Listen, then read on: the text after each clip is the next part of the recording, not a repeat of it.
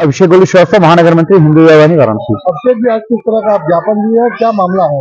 आज मैंने एप्लीकेशन दिया, जो ये शिक्षा के ऊपर चल रहा है, इतना प्राइवेट स्कूलें इतना अत्याचार मचाई हुई हैं, लूट खसोट की हुई है पूरा जनता के साथ जो है, उसी को लेके मैंने माननीय प्रधानमंत्री जी के कार्यालय में जो है ज्ञापन सौंपा है जो है, ताकि उनके वो हमारे काशी के सांसद भी हैं, उनके तक पहुंचे बात कि आखिर में ये प्राइवेट स्कूल कितना मतलब गरीब जनता को लूट रहे हैं, उसको लेके हमने आज एप्लीकेशन दिया है। क्या आश्वासन मिला है?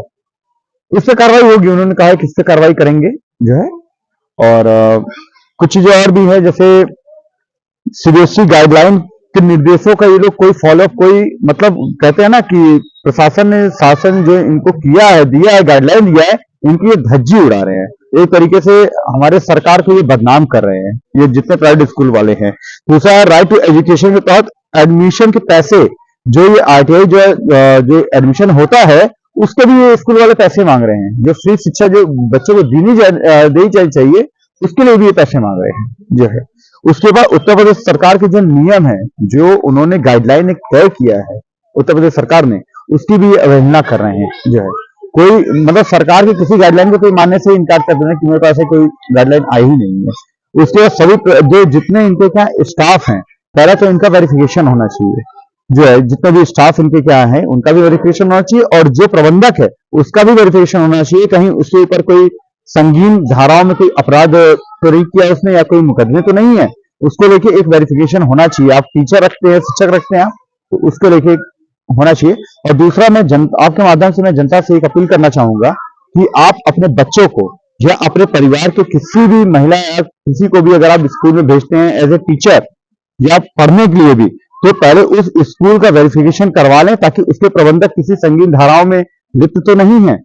जैसे स्कूल का संज्ञान था मेरे पास, जो संज्ञान आया था, उसके प्रबंधक के ऊपर रेप केस का आरोप था जो है, तो ऐसे लोगों को ऊपर सख्त कार्रवाई करने की मांग में करता हूं सरकार से। जी, जो ये अब बात कर रहे थे अध्यापकों का वेरिफिकेशन, जी, तो किस चीज की वेरिफिकेशन, कौन सा वेरिफिकेशन है?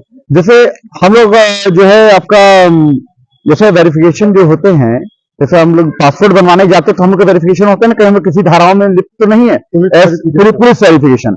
इसी तरह जो है अध्यापकों का भी होना चाहिए और प्रबंधक का भी होना चाहिए पुलिस वेरिफिकेशन, कि ये बताइए कि प्रबंधक जो है रेपिस्ट है जो है, सपोज दैट प्रबंधक रेपिस्ट है, और जो है क्या वहां पे जो है महिलाएं सुरक्षित रहेंगी?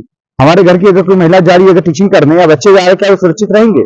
ऐसे ही पिछले साल एक मामला आया था जो है सम्मीम बरोड़ा का एक मामला आया था ना, वहां बच्ची के साथ रेप का घटना, तो खैर वो तो सारे अपराधी पकड़े गए वहां पे, लेकिन इसके लिए ये वेरिफिकेशन होना बहुत जरूरी है।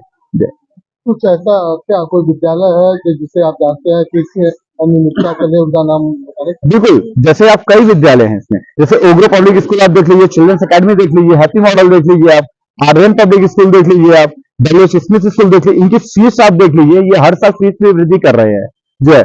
और जो किताबें ये कहते हैं किताबें हमारे क्या से ही खरीदो, क्या दूसरी दुकानें नहीं किताबों के लिए, एक पर्टिकुलर दुकान है जहां से ये किताबें खरीदेंगे, और वो किताबें खरीदते हैं जो अगले साल चलन में नहीं है, ठीक है। और किताबें क्लास 1 की किताब 5,000 6,000 की आ रही है, क्या सोने के स्याही से लिखी जा रही है, क्या सोने के पेन से लिखी जा रही है किताबें?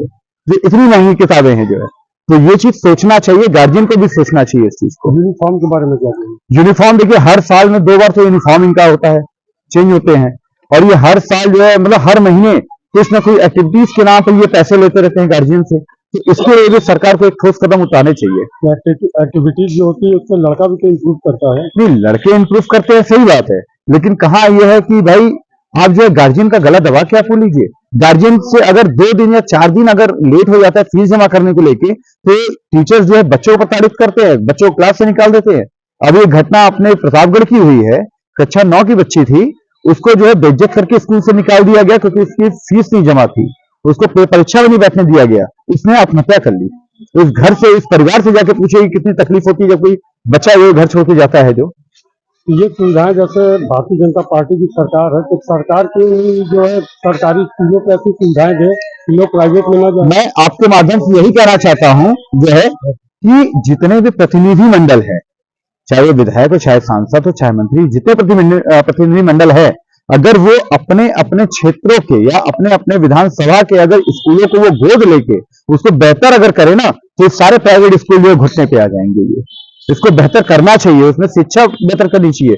उसमें जो टीचर्स ये रख रहे हैं 60,000 70,000 रुपए ये जो सरकारी टीचरों को दे रहे हैं, उसकी जगह आप जो है शिक्षित टीचर रखिए ना, प्राइवेट टीचर रख के पढ़ाइए ना, जैसे प्राइवेट स्कूल वाले पढ़ाते हैं जो है, ऐसे आप रख के पढ़ाइए आप जो है। कहीं ना कहीं सरकार की भी गलती है, क्योंकि 10 साल नहीं। गवर्नमेंट को हो गई नहीं देखिए, और ये 9 साल 8 साल हो गया। नहीं सरकार की गलती है, सरकार ने तो गाइडलाइन निकाला है इसके लिए, ठीक है, लेकिन यहाँ प्राइवेट स्कूल वाले अपनी मनमानी कर रहे हैं, सरकार की कोई बात नहीं मान रही सरकार है। उस पर एक्शन क्यों नहीं ले रही है?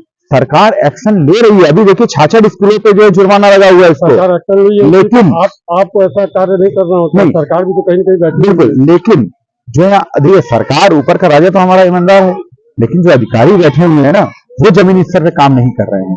आप देखिए कितने ऐसे स्कूलें हैं जिसमें ये जो है निश्चय किए हैं कि वहां पे फायर की सुविधा है कि नहीं है, पानी आरओ पानी लगा हुआ है कि नहीं लगा हुआ है, पैसे तो पूरा ले रहे हैं ना। मान लीजिए गर्मी में दिन है इस समय, अगर आग लग गया अगर, तो उसमें जिम्मेदारी किसकी होगी? फायर की कोई सुविधा है वहां नहीं, 4 तला 5 तला बिल्डिंग बना दी है वहां पे, कोई सुविधा नहीं है फायर की। उनकी आप गाड़ियां देख लीजिए, आप कितनी जर्जर अवस्था में गाड़ियां हो चुकी हैं उनकी जो है, इसका जिम्मेदार कौन होगा? आप इलेक्ट्रिक बस चलाइए ना, सरकार भी तो इलेक्ट्रिक बस चला रही है। अब इतना पैसा कमा रहे हैं खाली अपना जेब भरने के लिए जो है, तो आप इलेक्ट्रिक बस चलाइए, सुविधाएं दीजिए अगर पैसा ले रहे हैं आप तो।